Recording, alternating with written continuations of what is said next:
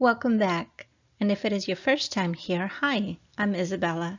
And on this channel, we will cover resources and tips to help you along your language learning journey. I hope that you will find the following helpful and enjoyable. Let's get started. Good morning. It is morning here for me. And as a review, I have a few of these elementary age or kindergarten age books that my daughter has now aged out of.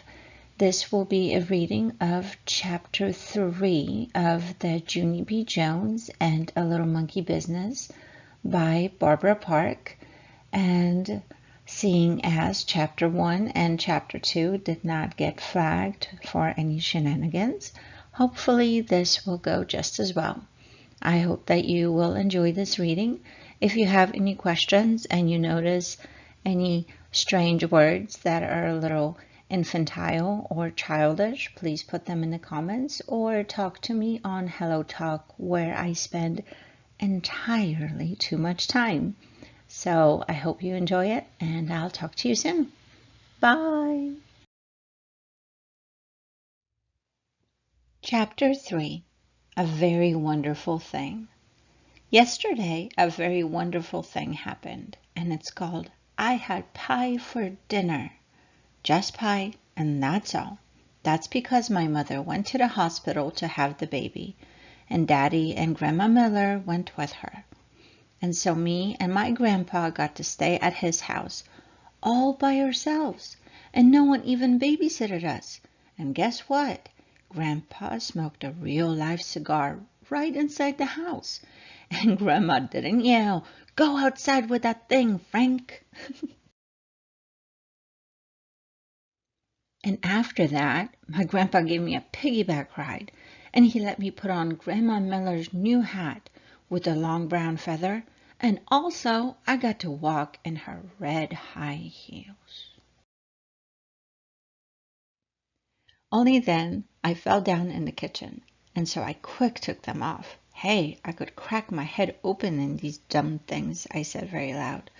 After that, I opened up the refrigerator, because I was hungry from playing, that's why. "Hey, guess what? There's a big fat lemon pie in here, Frank," I hollered.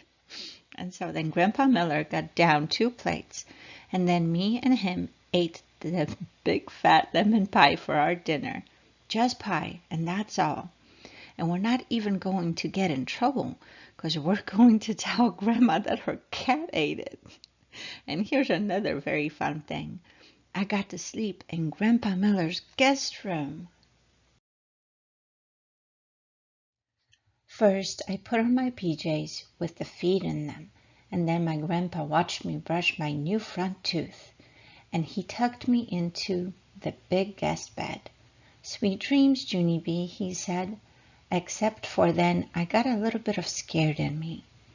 "Yeah, only guess what, Grandpa," I said. "It's very dark in this big room, and so there might be hidey things in here." Grandpa looked all around the room and also in the closet. "Nope, no hidey things in here," he said. After that, he left on the whole light for me, so my imagination wouldn't run wild. Except I still didn't sleep that good, because there was a drooly guy with claws under my bed, I think. And so this morning my eyes felt very sagging. Only then I sniffed something that woke them right up, and its name was delicious waffles. Grandpa Miller cooked them for me, and he let me pour on my own syrup, and he didn't yell, "Whoa, whoa, whoa." After that, me and him played until it was time for kindergarten. Except before I left, the funnest thing of all happened. My Grandma Miller came home, and she said that Mother had a baby, and it was the boy kind. Then me and her and my grandpa all did a big giant hug, and Grandma Miller picked me up, and she swinged me in the air. "You're just going to love him, Junie B," she said. "Your new brother is the cutest little monkey you've ever seen." Then my eyes got very wide.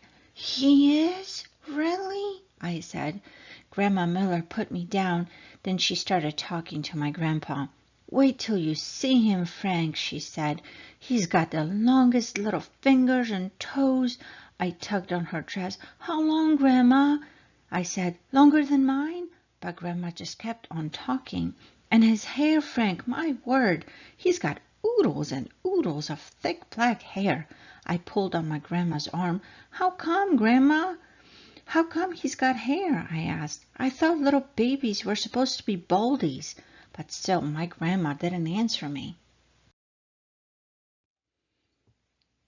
"And he's big too, Frank. He's much bigger than any of the other babies in the hospital.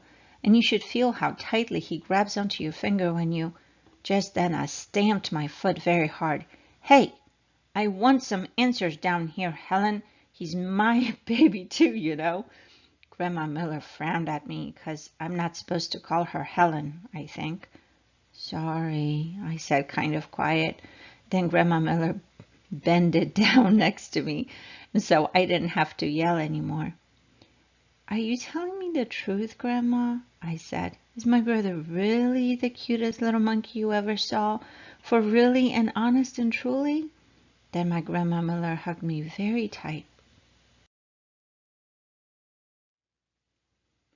"Yes, little girl," she whispered in my ear. "For really and honest and truly." After that she picked me up again, and me and her twirled all around the kitchen. I hope that you enjoyed this video and that you found it helpful. If you have suggestions about any other topics that you would like to hear, please let me know in the comments. Have a great day and happy learning.